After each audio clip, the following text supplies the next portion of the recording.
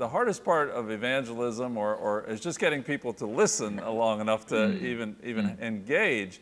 So you start off with the idea that someone might be out there saying, hey, I'm happy, family's good, job's good. Why should I care about God at all? What would you say to them?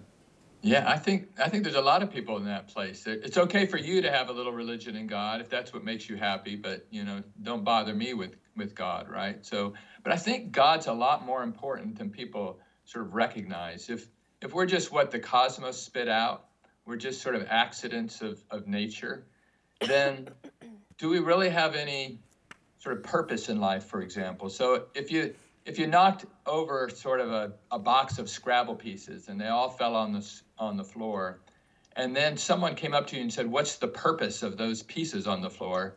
You'd say, "What do you mean, what's the purpose? It's just an accident." And if you and I are just accidents that the cosmos spit out, then there is no real purpose to our lives. We just live and we die. And other things get lost too if there isn't a God. If there's no God, there's no real love, for example. We're just biochemical machines. We respond to our environment. So we see a little cute baby and, maybe it's our baby even, and we call that love, but it's not really anything deep or meaningful. It's just this biochemical reaction if there's no God. And so I think if there is no God in the picture, life gets really thin. So there's no right and wrong. There's no love. We can't even trust our own reasoning because our brains would have just been sort of programmed randomly through this sort of cosmic, reorganization over time. So I think God's a lot more important in life than we often think that he is.